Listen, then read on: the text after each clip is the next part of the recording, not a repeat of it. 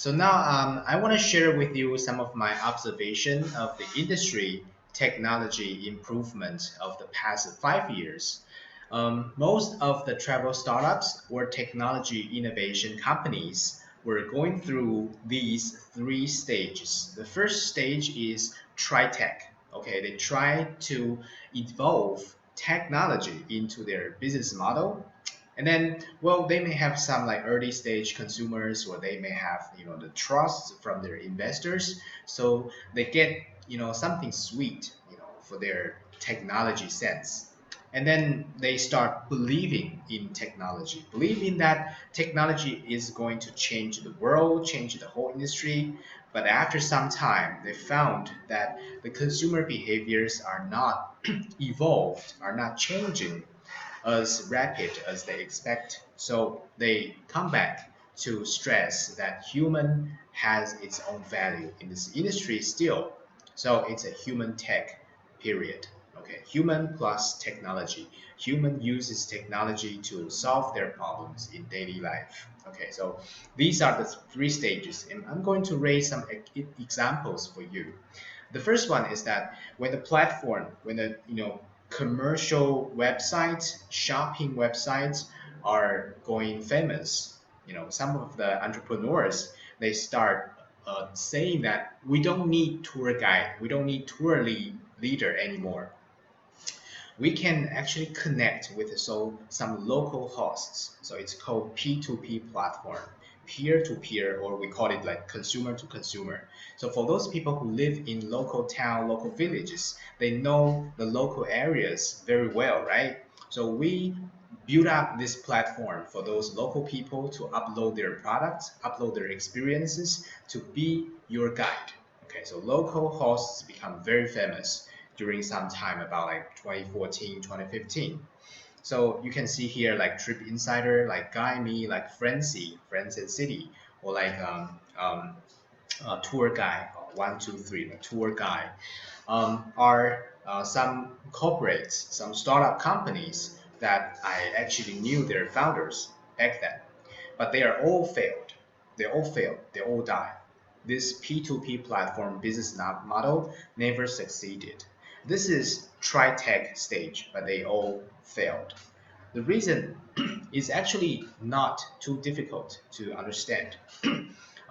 Talking about shared economy, Uber shared its cars, Airbnb shared its houses. House and cars are standardized products. So when the product could be standardized, there are so many people see the business potential behind it, right?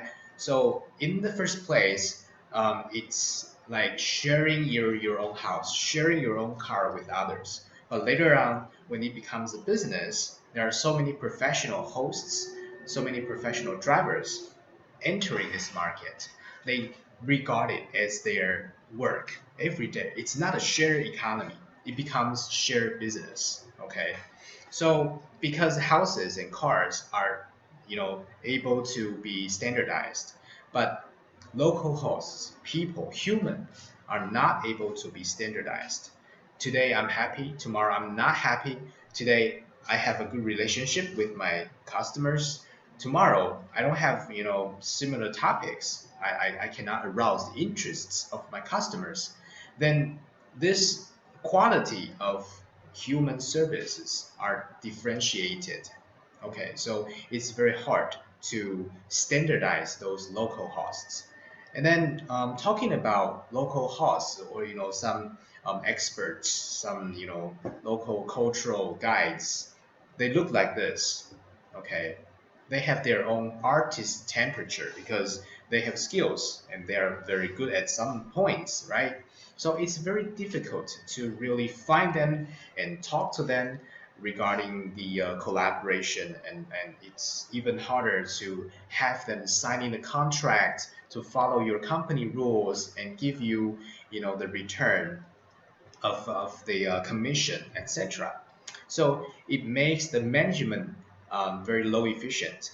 And at the same time, for the consumer side, it's kind of hard to convince the consumers that these experts or local hosts are trustable, they are safe, they're like humorous, or they are professional. It's quite hard to persuade the consumers about that. So basically, Asian consumers or Taiwanese consumers, they tend to not spend too much money and too much time on those hosts or guide services.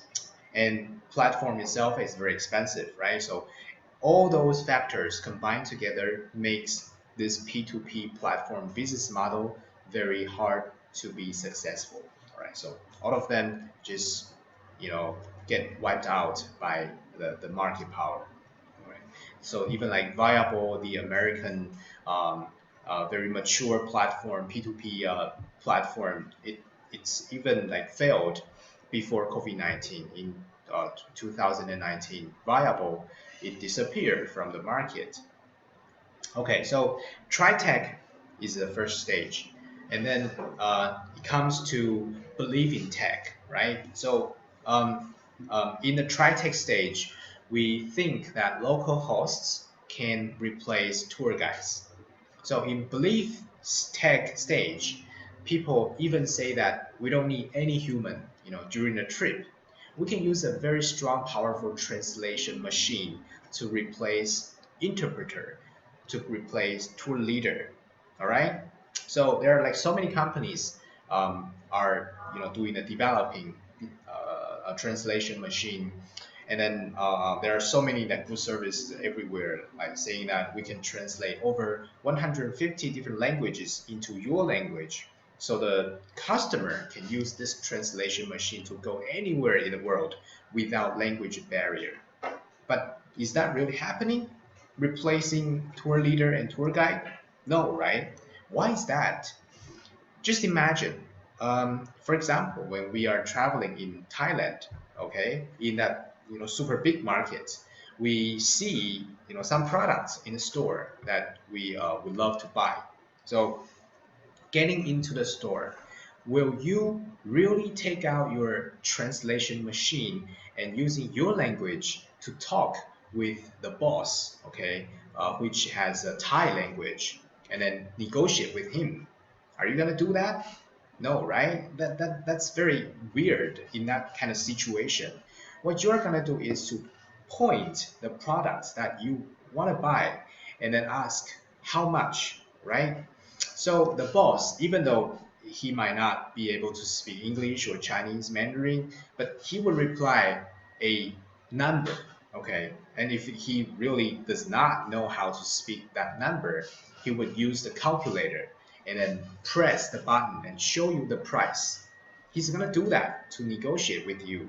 So translation machine is not gonna be used in that kind of situation. While most of the tourists situation are like that. It's shallow, it's prompt, and it's focusing on that on-site interaction, body language. So translation machine is actually unable to solve language barrier for the travelers. It's not implied, in that kind of condition. All right. So believe in tech and it's failed, then we come back and focus on the value of the human. Okay. So for human tech, there are some tour guide matching sites evolving. All right, like Wogogo, like MyProGuide is a Taiwanese travel tech company. It's called MyProGuide. So it built up a matching website, has a lot of professional and legal tour guides on their website. So those tour guides are, very mature and legal professional service provider, right? So they are matching these people, these guys with travel agency and with consumers that would have that need, for people who lead their tours. So this is a human tech.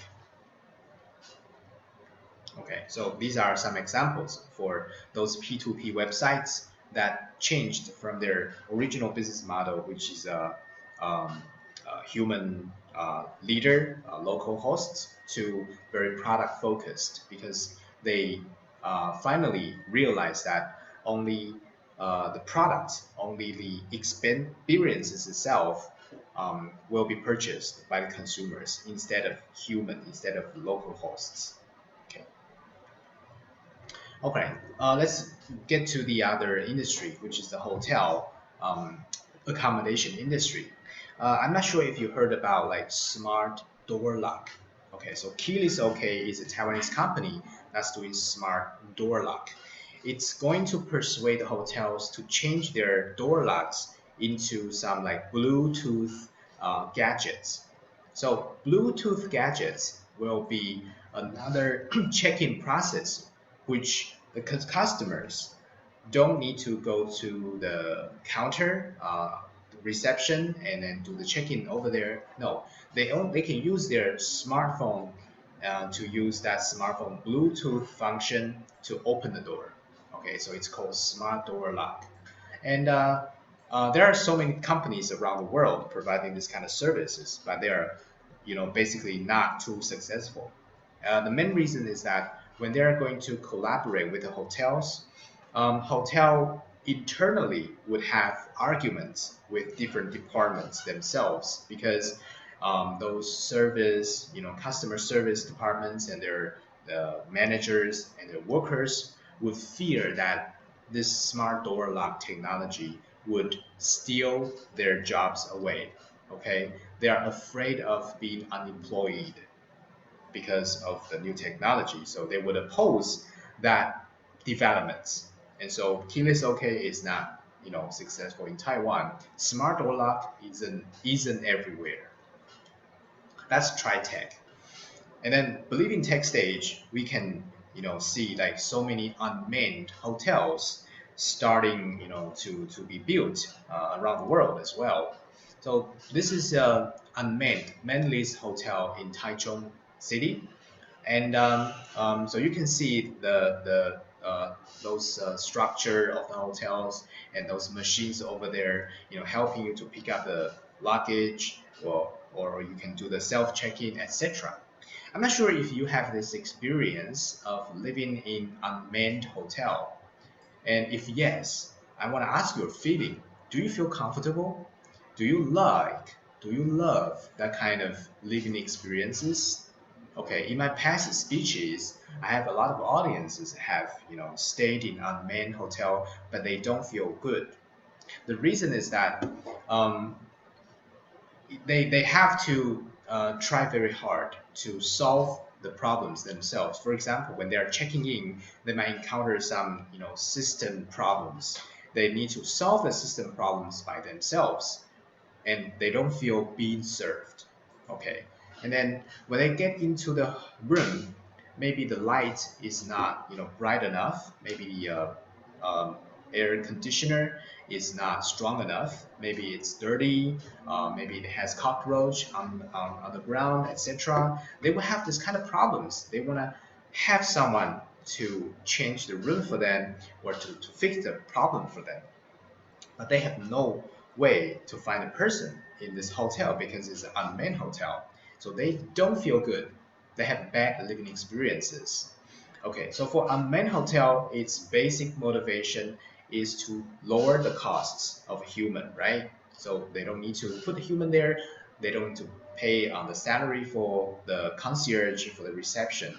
But when you look at this picture, those machines, those procedures, those hardware and softwares are all costs. And these costs are way higher than human.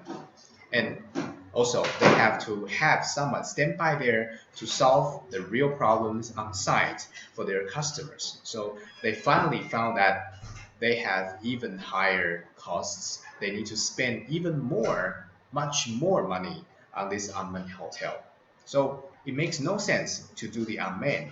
So there are lots of hotels coming back to have people, to have human in their hotels. So like this is a city suite. This is a chain hotel in Taiwan. Uh, it has self check-in machines in its reception counter, but also there is another small room behind. There's a receptionist always stand by there. So when people coming in start doing the self check-in, those receptionists will come out and take a look if this person is able to do the self check-in himself or he needs help. Okay, so this is a human tech stage. Okay, so let's take a look at the other example of those three stages developing. This is a TriTech. It's called tour planning or itinerary planning. Okay, so back in 2014 to 2016, there are also so many different startup companies that are developing this tour planning, and most of them are doing app. Okay, so they believe that customers, when they are traveling, they need a very good technology, very good tool in their cell phone to help them planning their itinerary. And so this kind of app, it's strong in automatic, calculation of different spots, transportation, and it helps their users to find information, to find the spots, or even to find the local products, experience products when they're on the trip. Okay, so you can see the screen. This is called Fundaday. Okay, Fundaday is a Taiwan, local travel startup. The middle person is the founder. It's called Willie. So Willie used to work for Google as an engineer, so he believes that this is the pain point for the consumers. Once he make a very good, very strong tour planning app, it's going to be welcome, going to be very popular.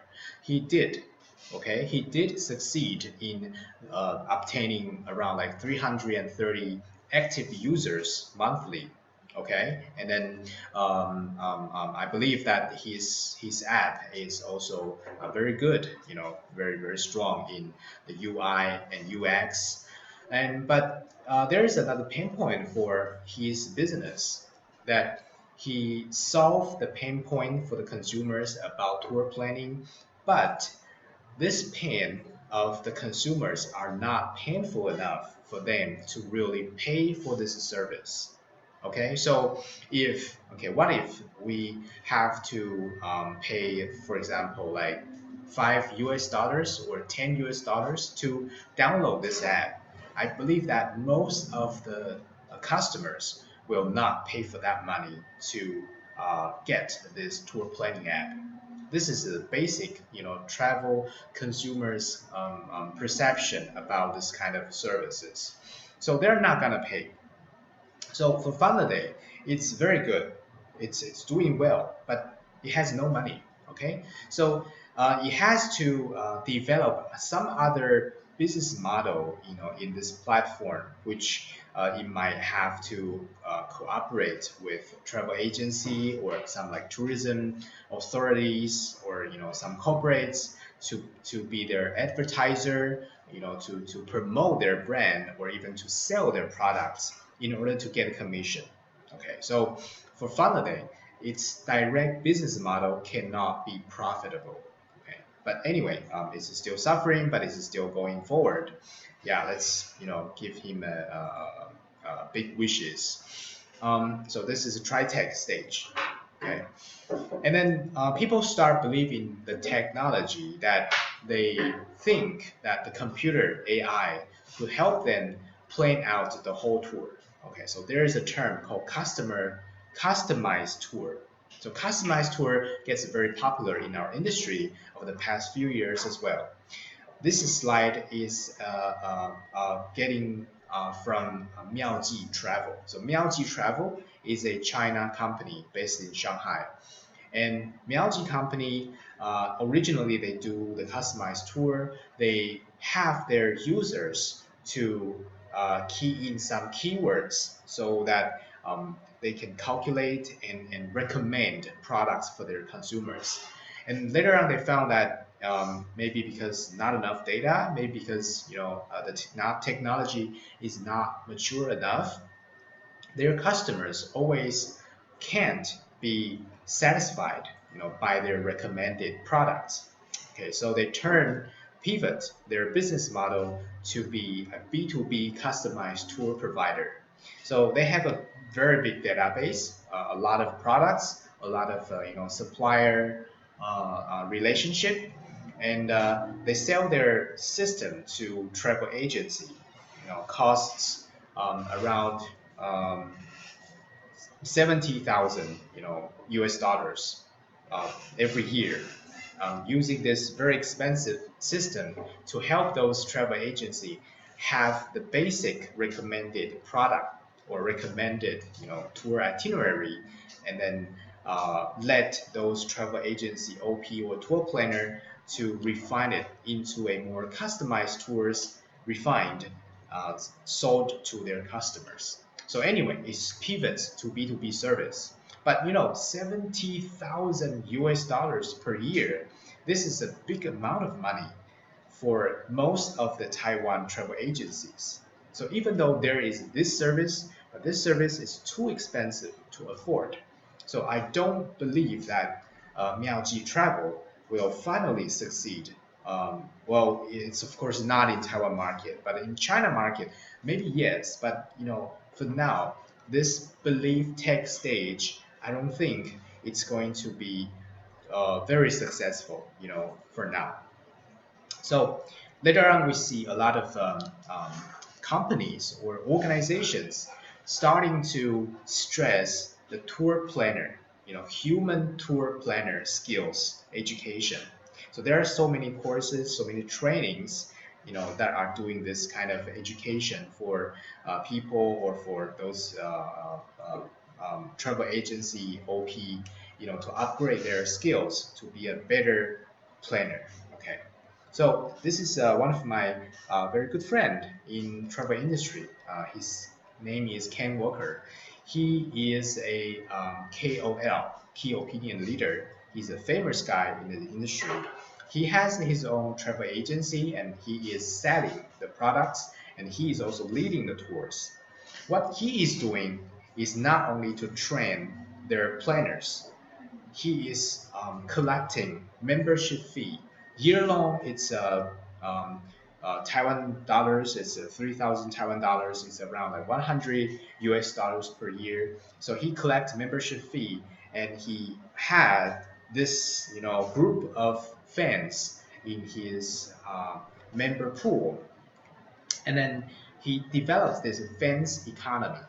Okay, so all those people who pay 3,000 Taiwan dollars to join this club will have the very personalized, consulting and some customized services provided by my friend Ken Walker and his colleagues. So we call it fans economy. Once these fans are quite fulfilled by their services, they will be willing to pay for any products, you know, any kind of service fee that they are charged by my friend Ken Walker because they have already been the strong fans, the core fans of this brand. So this is the human tech, okay? The human as a center of the business, but technology like communication tools or customized system surrounding it as a supportive components. Okay, so this is human tech example. Another example about travel agency is that many are developing PMS, product management system, or ERP system, to help the company operates internally with some technology. Okay, so this is TriTech. And then believing tech is there are some like smart or dynamic pricing, uh, believing in that the computer or AI will help you to calculate the prices and give you the correct answer, for the price, for recommending you products, etc. This is belief tech. And then it evolves to B2B franchising or offline stores, which means no matter how automatic your company could be, no matter how automatic your price would come out, calculated by AI, there are still even stronger sales channels, which is B2B franchising, that we join a bigger brand and we become its franchising store, we become its franchising supplier or distributor, or we have our own offline stores so that we can see the customers in real. We can have this community customers as our consumers. Okay, these are like getting popular and popular in recent years. That most of the entrepreneurs believe that online game, online competition has been ended by those big OTAs and big players. while the offline B2B franchising or offline stores are still gaining its momentum, and it's lower costs than online advertisements. Okay, so in Taiwan, we have the biggest travel group called Lion Travel launched its U-Plan Travel as a B2B franchising brand, while like Alibaba has its own offline hotels. They want to they want to have implements of their technology in this hotel to embody that offline stores are profitable and it could be the very end value for their technology.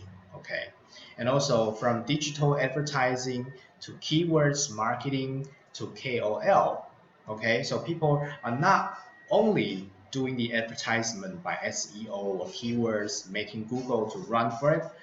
It still strongly focuses on KOL, which is a spokesperson branding. So from the past, we have blogger, and then we have Facebooker, we have Instagrammer, and then we have YouTuber. So all these different marketing channels are just different in its style, different in its format of content delivery. But the very core role are still played by human, by those KOL. Okay, so most recently we have podcaster. Okay, a new market, a blue ocean, world for those content delivery, content maker, and for those KOL. So human tech are still, very core to this successful business model. All right. So TriTech, Believe Tech, and Human Tech, these pivots didn't happen in one company. Okay, over the past 5 years, we have like so many connections with these travel startups, but they are not like changing their stages only in one company. Some companies are still doing their own thing. Okay, they don't change. So it's also not the later ones replacing the former ones. Yet, they form the trends, the developing trends for travel industry innovation. Okay, that's what we observed. And we call this trend a term. It's called new old. New old. Okay, and I supposedly to put that old, converse way, to make you, understand that this old is not that old, it's a different old. So let me explain that new old concept. What does that mean? Okay, no principle, no business. If we are not do our business based on the principle of the travel market, travel consumers, which is moving in the real world physically, mentally get fulfilled. Okay, we just talk about principle, right? If we are not doing our business based on that principle, we will not have business. Okay, so it's not that old. It's a back for consumers' need to deeply discover the market pains, to improve the original standard operation procedure (SOP), to try something new based on old model. It's a redesign, and it's not necessarily need to be redefined. So when I'm talking about redesign instead of redefine, actually it's reflecting myself because RTM, our organization name, has redefined in its name. Okay, so we don't do redefining as a necessity, we do redesign. We make our very familiar SOP or old model even better. Okay, so back to our normal life, you can think if you are doing your own job good enough, if it's only 80%, can we try something new based on that old model and make it to be 100%? So when we reach 100%, we think more to implement new technology, to implement new model, new structure. Okay, but without that 100% old, we should not implement, take new thing yet. Okay, this is my very basic concept, reflection over the travel technology. So we can see that now in travel industry, there are so many OTA and super apps and online, travel business models evolving, and then becoming the main channels for our consumers to use. While the travel agency, the old traditional business model, are still there. And so when OTA and TA they stay in the market at the same time, we call it double intermediator. And I'm not sure if you heard about this intermediation.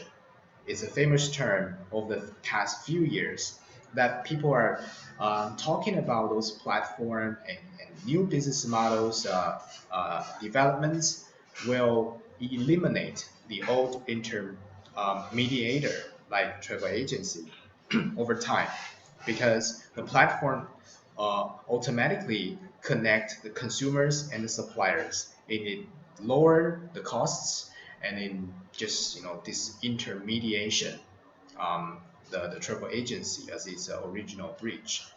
But now what we can see is that travel agency is still exists there. Why?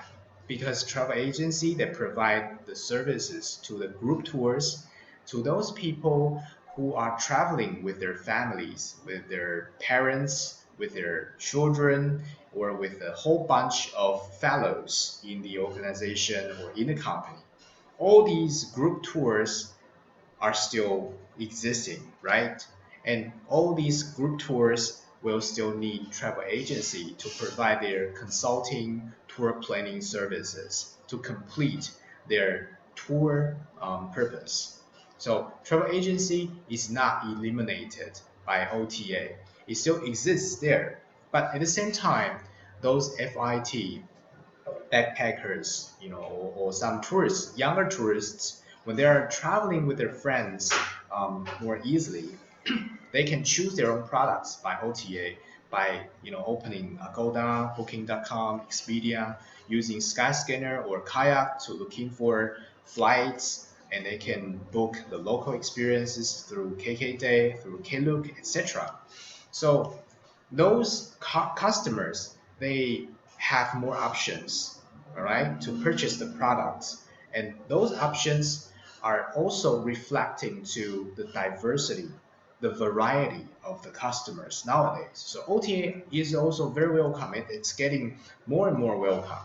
So TA, OTA exists in the same world, in the same industry at the same time. It's called double intermediator. Okay, but in this slide, I believe you notice that there's three tigers. The third tiger, who is that? Who is possibly become the next killer of the old generation of the old business model? Who is the third tiger? Who might be that? Okay, so I want you to think about this question. Apart from TA and OTA, is there gonna be something new and that's change the human behavior, that's change all the game and all the industry operation um, process in maybe like 5 years? I have an answer, but it's not proven yet. My answer is this. Okay, so this is not Amazon.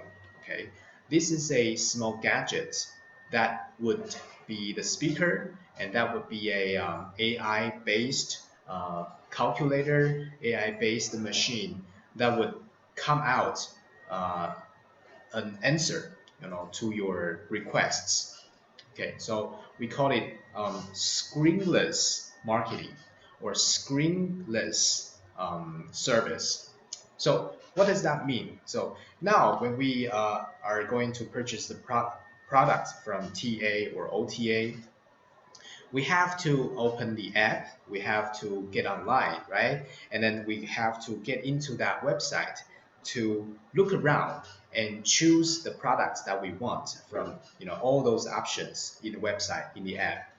So no matter OTA or TA, it relies on our selection. We have to be there looking for something that we want and pick them up.